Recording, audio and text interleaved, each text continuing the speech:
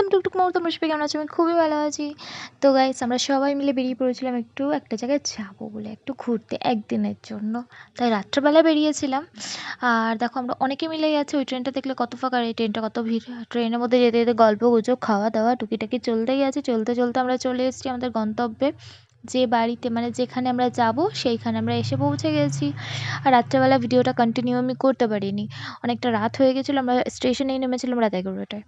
তো সেখানে এসে এবার পরের দিন সকালবেলা আমি আর ভাই একটু আশেপাশটা একটু ঘুরে নিলাম। আর ঘুরে বাড়িতে এসে দেখলাম সকালের টিফিন রেডি, লুচি, ছোলার ডাল আর মিষ্টি।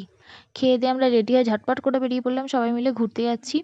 তো যেখানটা ঘুরতে গেছি সেই জায়গাটা তোমাদেরকে দেখাই। দেখো কি সুন্দর জায়গাটা, আমার কাছে খুবই ভালো লেগেছে। আর বাঁচোয়া যে আজকের দিনটা বৃষ্টি হয়নি। হ্যাঁ, আমরা যেদিন গেছিলাম সেদিনটা বৃষ্টি হয়নি, এটাই আমাদের কাছে বাঁচোয়া যে আমরা ঘুরে একটু শান্তি পেয়েছি। যতই হোক রোদ ছিল তাও ভালো, কিন্তু বৃষ্টিটা হয়নি, খুব ভালো লেগেছে।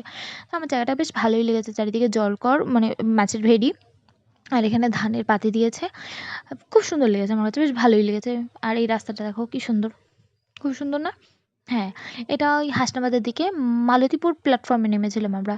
আর আমার মাথায় হঠাৎ করে একটুখানি বুদ্ধি আটলো, তাই চলে গেলাম একটু শাপলা ফুল তুলতে। আর এই মাছটা দেখো, এই মাছটা আমাদের ঘোড়ার ওখান থেকে নিয়ে এসেছি।